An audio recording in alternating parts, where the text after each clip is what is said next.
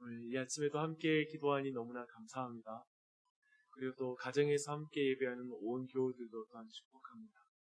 이 한 주는 사경일을 우리가 기도로 준비하면서 나아간 한 주입니다. 더 힘써 기도했으면 좋겠고요. 특별한 기도 가운데 하나님의 비상한 은혜가 온 교회에 부어지기를 소망합니다. 좀 이 코로나 상황은 비상 상황이기도 하죠. 우리 더욱 은혜가 필요하고 더욱 집중이 필요한 때에 이 사경이가 우리 교회에게 주신 복이 될 줄 믿습니다. 그렇게 같이 나아갔으면 좋겠습니다. 출애굽기 25장부터의 주요 내용은 이제 성막을 중심으로 이제 이루어집니다. 성경 통독의 위기는 지금부터 시작이 됩니다. 이제 레위기로 가면 절정에 달하겠습니다. 그래서 제가 최근에 나온 한 책을 여러분에게 소개해드림으로 이 위기를 기회로 사용하고 싶습니다. 특별히 한 권의 책을 꼭 읽었으면 좋겠는데요. 김경렬 교수님께서 쓰신 드라마 레위기라는 책이 있습니다. 제가 아직 그 책을 읽지는 못했지만 너무 추천을 많이 받아가지고 지금 빨리 사서 볼 예정인데요. 제가 볼 때 여러 내용에 대한 걸 볼 때 너무 쉽게 이해하면서도 레위기의 주요한 내용들을 우리가 잘 이해할 수 있는 그런 책입니다. 한번 꼭 사서 구입해보고 또 레위기 이제 통독을 준비하면서 또 통독하는 기간에도 읽어가면 참 좋겠습니다. 이제 성막을 볼 텐데요.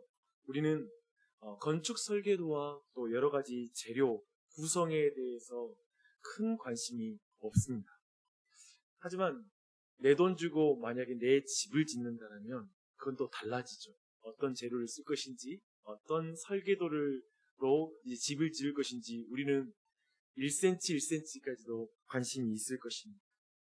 성막은 하나님과 이스라엘 백성의 신혼집과 같습니다. 그러니 좀 관심이 생기지 않습니까? 신혼집이니까요. 교제하는 곳이니까요. 그런데 또 다르게 보면 또 우리의 마음가짐을 새롭게 할 수 있는데요. 뛰어난 건축가는 작은 공간까지도 그리고 배치까지도 신경을 씁니다. 허투루 모든 공간을 디자인하는 법이 없죠. 그런 의미에서 성막의 구조와 재료, 모든 그 내용들은 구체적으로 의미를 담고 있습니다. 그런 의미를 생각하고 그걸 파악해 나가는 것이 필요하다는 것이죠. 그래서 사실 성경을 그냥 보면 아니면 들으면 그냥 이해돼. 좀 그렇게 성경을 쉬워야 돼 라는 관점은 위험합니다. 최소한 어느 정도 공부가 필요합니다. 그래서 우리가 그걸 좀 알아갔으면 좋겠습니다. 우선 성막의 역사적인 의미를 먼저 짚고 오늘 본문으로 들어갈 필요가 있습니다. 사실 25장이 성경 역사의 한 페이지를 여는 그런 장면입니다. 첫사람 아담과 하와가 범죄하고 하나님의 임재가 있는 에덴 동산으로부터 쫓겨나죠. 인간은 그 후로 홍수로 심판을 받았지만 그래도 그 이후에 바벨탑을 쌓습니다. 그리고 나서 창세기 12장을 보니 그 바벨탑이 쌓아진 그 지역에서 하나님께서 아브라함을 선택하여 부르십니다. 그리고 그와 약속을 맺으시되 아브라함을 통해서 온 열방에게 복을 흘리겠다는 그러한 약속을 주십니다. 이 약속은 이제 아브라함과 이삭과 야곱을 거쳐서 계속 구체화되고 점점 여러 가지 넓어지게 되죠. 성취가 됩니다. 특별히 애굽 땅에서 이스라엘 백성은 모래알과 같이 수많은 그가 허다한 민족으로 성장하게 됩니다. 이제 하나님께서는 그 애굽에서 이제 이스라엘 백성을 건져서 이제 가나안 땅으로, 즉 하나님의 나라가 있는 영토의 땅으로 인도하는 과정 속에 있죠. 그 과정 속에 하나님께서는 시내산에서 도착하여서 하나님은 아브라함과 맺은 언약을 구체화시키고 확장시킵니다. 그래서 그것에 대한 20장부터 23장까지 내용은 그 언약의 기초가 되는 10계명을 주시고요. 그 이후에는 제사와 그리고 하나님이 세울 그 나라의 사회의 그 정의로운 모습을 드러내는 52개의 법규를 줍니다. 계명은 곧 가나안 땅에 세워질 나라가 어떤 나라인지, 그 나라를 다스리는 왕은 어떤 분이신지를 드러내는 나라이죠. 그래서 고대 근동에 모든 이 세상의 어떤 나라와도 비교할 수 없는 거룩한 나라, 하나님이 다스린 나라는 이런 나라야 라는 것을 보여주는 것이 그 법규의 내용이 되겠습니다. 모세가 나중에 이 언약을 선포하자 모든 백성이 받아들입니다. 즉 수납을 하는 것이죠. 네, 그런 나라를 세우는 것에 동의합니다. 거기에 참여하겠습니다 라는 그런 동의하는 의식을 24장까지 마치게 됩니다. 그리고 나서 이제 25장이 시작합니다. 성막은 거룩하신 하나님이 이스라엘 백성 가운데 임할 수 있는 장소입니다. 우리는 출애굽기를 시작할 때 거룩하신 하나님께 죄인이 스스로 다가갈 수 없다, 가까이 갈 수 없다라는 사실과 그리고 또 한편에 그 거룩하신 하나님이 죄인들 가운데 함께하고 싶어 하시는 사랑의 하나님이다라는 걸 지금 봤죠. 계속 그것을 어쩌면 논리적으로 맞지 않는 이 문장, 좀 충돌하는 것 같은 이 문장의 긴장감을 계속 가지고 가야 합니다. 근데 이 문제는 사람 편에서 풀 수 있는 문제가 아니죠. 왜냐하면 인간은 죄인이니까 가까이 갈 수가 없습니다. 그래서 첫사람 아담과 하와가 하나님의 임재가 있는 에덴 동산에서 쫓겨난 이후에 이것을 인간 편에서 이걸 좁힐 수 있는 방법은 전혀 없었습니다. 그리고 그때부터 한 번도 하나님이 그 백성 가운데 함께 있는 장소를 말씀하신 적이 없습니다. 그런데 지금 25장에서 하나님이 이 문제를 푸십니다. 하나님이 성막을 통해서 이스라엘 백성 가운데 머물겠다라고 말씀하신 장면이거든요. 그런 의미에서 이게 지금 성경의 역사의 한 페이지를 또 여는 것입니다. 하나님의 언약이 또 진보하는 것이죠. 확장되는 것이죠. 그걸 보여주고 있어요. 그래서 이제 세울 이스라엘 백성은 하나님이 왕으로 임하여서 제사장 나라를 삼아서 온 열방 가운데 복을 주는 하나님의 나라다라는 것을 보여주는 게 지금 이제 25장부터 다루는 중요한 내용입니다. 이렇게 역사적 맥락을 이해하면 아까 말씀드린 것처럼 25장부터 또 하나님의 역사의 새로운 페이지가 열린다라는 말의 의미를 이해할 수 있습니다. 이제 하나님은 주로 성막과 그리고 제사장에 대한 규례를 말씀하신데요. 보다 보면 하나님이 참 디테일하십니다. 그래서 약간 보다 보면 이제 너무 복잡하다라는 생각을 하게 되고요. 오늘날 우리의 정서는 하나님 마음만 있으면 되는 거지, 마음으로 만나면 되는 것이 복잡한 거 너무 싫어. 어쩌면 그런 정서로는 너무 읽기 힘든 부분이 이 부분들입니다. 그래서 너무 율법적으로 보이기도 하고요. 격식이 많다라는 생각이 듭니다. 그런데 성막과 관련된 자세한 내용을 볼 때 기억할 것은 하나님은 하나님의 방법에 순종함으로 만난다. 이걸 기억하셔야 돼요. 하나님은 하나님의 방법에 순종함으로만 만날 수 있는 분이시다. 라는 것이죠. 출애굽기 39장 43절에 이런 말씀이 있어요. 모세가 그 마침 모든 것을 본즉 이 성막이거든요. 여호와께서 명령하신 대로 되었으므로 모세가 그들에게 축복하였더라 라고 말하고 있어요. 그렇죠. 지금 성막에서 전체를 지배하고 있는 건 뭐냐면 그 모든 복잡한 과정에서 철저히 강조되는 건 그대로 만들라는 거예요. 말씀하신 대로 순종하여 만들라는 거예요. 그리고 그 순종한 곳에 하나님이 임재하시는 것이죠. 이게 지금 강조되는 거예요. 그때만이 우리는 하나님의 말씀대로 만들어진 그곳에서 백성들은 하나님의 임재를 경험할 수 있는 것입니다. 이게 성막을 볼 때 가장 중요한 진리 중에 하나입니다. 하나님의 말씀대로 만들어진 그곳에서 백성들은 하나님의 임재를 경험할 수 있다. 저는 이 진리가 너무 중요하다고 생각합니다. 이 진리는 한 분을 가리킵니다. 그 한 분은 예수 그리스도이십니다. 예수님은 모든 사역을 할 때 그렇게 말씀하셨어요. 나는 내 스스로 행하는 일이 하나도 없다. 나는 아버지의 말씀대로 행한다라고 철저히 강조합니다. 그리고 예수님은 내 뜻대로 마옵시고 아버지의 뜻대로 하옵소서라고 말씀하시고 십자가에 달려 죽으시죠. 그리고 그 십자가에 달려서 이제 죽으실 때 이제 말씀하신 그 말씀은 내가 다 이루었다라고 말하죠. 그 다 이루었다 하면 바로 아버지의 말씀을 다 이루었다. 그 약속을 다 이루었다라는 그 말씀이죠. 우리가 살펴본 것처럼 우리가 요한복음 1장을 우리가 살펴봤었는데요. 이때 예수님을 가리켜 말씀이 육신이 되어 우리 가운데 장막을 치심에 직역하면 장막을 치심에라는 말을 보았습니다. 모세가 만든 장막의 재료는 피조물이었습니다. 그런데 이제 말씀이신 성자 예수님의 장막의 재료는 성자 예수님의 그 몸이십니다. 그 실체이십니다. 또 그분은 말씀대로 순종하여 죄인들로 하여금 하나님의 임재를 경험하게 만들어준 것이죠. 이해되시죠? 오직 하나님의 말씀에 순종하는 그 방법으로만 하나님을 경험하고 만날 수 있다는 진리가 계속해서 성막을 볼 때 우리가 그걸 봐야 됩니다. 그걸 주목해야 됩니다. 그래서 성막 볼 때 어쩌면 여러 가지 규칙 속에서 우리가 헤맬 수 있는데요. 헤매지 마시고 계속 그걸 주목하면서 말씀을 읽어가면 됩니다.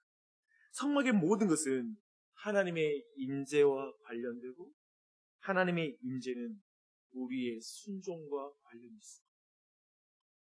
다시 말씀드리지만 이 성막과 관련된 이 모든 것은 표지판입니다. 성막 관련된 모든 내용은 예수 그리스도를 가리킵니다. 그리고 성막은 항상 임마누엘 하나님, 성자 예수님을 분명히 가리킵니다. 그리고 그것은 항상 순종과 관련이 있습니다. 특별히 예수님의 순종을 가리키는 것이죠. 예를 들어 보겠습니다. 오늘 본문인 1절부터 9절은 재료를 준비하는 것과 성막의 의도를 말씀하고 있습니다. 그래서 우선 3절부터 7절에서 하나님은 구체적으로 바쳐야 할 예물들의 품목을 막 자세하게 말하고 있습니다. 근데 여기서 강조되는 게 있어요. 예물을 드리는 태도가 강조가 됩니다. 하나님께서는 즐거운 마음으로 내는 것을 받으신다라고 이렇게 말하고 강조하고 있습니다.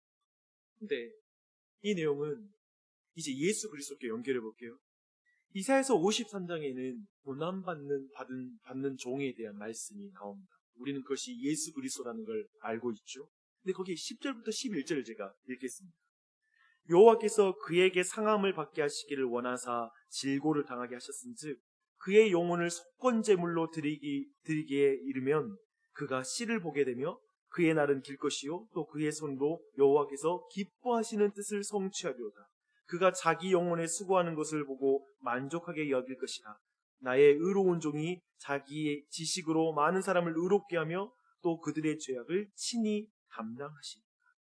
여기서 강조되는 한 가지는 고난의 종께서 이 일을 기쁨으로 자원함으로 감당하신다는 것입니다. 하나님의 기쁨을 위하여 그 일을 감당한다는 것이죠. 이 모든 것은 오늘 본문에도 강조가 됩니다. 예수 그리스도께서 기쁘게 자신의 몸을 내어주시고 고난을 당하심으로 우리 모두는 하나님의 임재를 경험할 수가 있습니다. 이건 변치 않아요. 처음 장막이 채워질 때 그리고 완전한 장막이신 예수 그리스도에서도 동일하게 자원함으로 예물을 드리고 자원하게 자신의 몸을 주님께 드림으로 하나님께 드림으로 하나님께 영광을 돌리고 그분의 임재를 경험하는 방법은 달라지지 않습니다. 그리고 오늘날에도 우리는 자원함으로 드리신 예수 그리스도 기쁨으로 드신 그 예수님을 믿음으로 그 은혜로 구원받은 자로서 기쁨으로 예물을 드릴 때 하나님은 그걸 받으시고 하나님의 나라를 확장시키는 이 방법이 변치 않는 것입니다. 사랑의 하나님, 사랑하는 여러분, 이 은혜가 우리 모두에게 있었으면 좋겠습니다. 우리의 가정도 우리의 삶도 이렇게 기쁨으로 하나님께 자원함으로 드리는 삶, 나의 시간과 모든 것이 주님께로부터 왔기에 기꺼이 그걸 드림으로 하나님께 드리고 그걸 통해 하나님 나라가 확장되는 은혜가 있었으면 좋겠습니다. 이번에 무엇보다도 이 사경회를 통하여서 온 교회가 그 말씀의 은혜 가운데 기쁨과 자원함 가운데 하나님께 나아가며 예배하고 말씀을 듣고 그 가운데 하나님의 임재를 깊이 경험할 수 있도록 여러분이 기도해 주시길 부탁드립니다. 이제 이어진 내용 볼게요. 하나님께서는 왜 성막을 지으라고 하십니까? 보니까요, 성막은 본질적으로 하나님의 처소였어요. 이스라엘의 중심지입니다. 성막은 본질적으로 하나님의 영광을 위한 것이기 때문에 계속 성막에서 강조된 단어는 뭐냐면 나를 위하여 라는 것이 반복이 됩니다. 그러나 이것은 부차적으로는 하나님의 백성을 위한 길이죠. 하나님을 위하여 어제 우리가 말씀 봤죠. 우리가 하나님을 위하여 우리의 모든 걸 드리는 예수 그리스도를 위하여 드리는 것 그것은 당연한 일이다. 인간을 그렇게 지어놨기 때문에 하나님의 영광과 하나님 중심으로 하나님께 의존해야 된다는 말씀을 드렸죠. 근데 사람들 그걸 불쾌하게 생각한다고 말씀 나눴죠. 자기가 주변부로 밀려나는 것 같고 하나님께 내가 의존적인 존재가 되는 게 싫어서 독립적이 되고 싶다는 말씀 나눴습니다. 여기에서도 하나님을 위하여 성막을 지으라고 하니까 사람들은 왜 하나님을 위해서 내 걸 다 바쳐야 돼? 라고 어쩌면은 자기 손해보는 것처럼, 그것이 나를 위해서는 안 좋은 것처럼 생각하지만 하나님을 위한 것이 자신을 위한 것입니다. 늘 하나님을 경외하는 사람은 그 비밀을 합니다. 하나님을 위한 것이 곧 나를 위한 것입니다. 그게 나에게 가장 유익하다는 것을 알고 있습니다. 식물이 그리고 사람이 태양을 중심으로 바라보는 게 복됩니다. 해바라기는 해를 바라지. 그래서 꽃을 피지. 우리 모두 삶의 중심이신 하나님을 바라볼 때 우리의 인생이 핍니다. 이걸 우리 모두는 잘 알 것입니다. 사랑하는 여러분, 우리 모두 안에 이 하나님 중심의 마음, 이번 사경의 기간에도 이 마음을 회복하면 좋겠어요.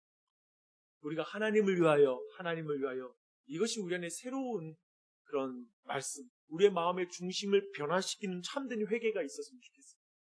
제가 보니까 정말 사람 중심, 나 중심이라는 이 경향성은 정말 목사 할애비도 이 중심성을 이기는 건 사람의 힘으로는 안 되는 것 같습니다. 하나님의 영광을 위하여 그분의 집을 짓는, 정말 그분의 임재를 경험하는 그 방향으로 나아가. 참 자기 집을 짓는 일에 바쁘죠. 우리는 우리 인생의 어떤 것들, 편안한 안식처, 그리고 우리 자신의 안정감을 누릴 수 있는 장소를 만들기 위해 에너지를 쓰고 힘을 쓰고. 보니 우리도 우리 자녀들에게 마지막 결혼할 때 집 한 채 사줘서 시작하게 만드는 게 우리의 꿈 아닙니까? 왜냐하면 그건 안식할 수 있는 집이니까요. 그리고 새로운 가정을 이루어서 남들과는 어쩌면 전혀 다른 출발점이죠. 우리나라는 특히 부동산 문제가 심각하죠. 그래서 영끌 하는 것 같아요. 왜냐하면 자녀들에게 그 안전한 출발점, 한 가정을 위해서 편안한 안식처를 주는 게 우리 부모들의 꿈입니다. 하나님의 꿈이 있습니다. 우리 하나님도 소망이 있습니다.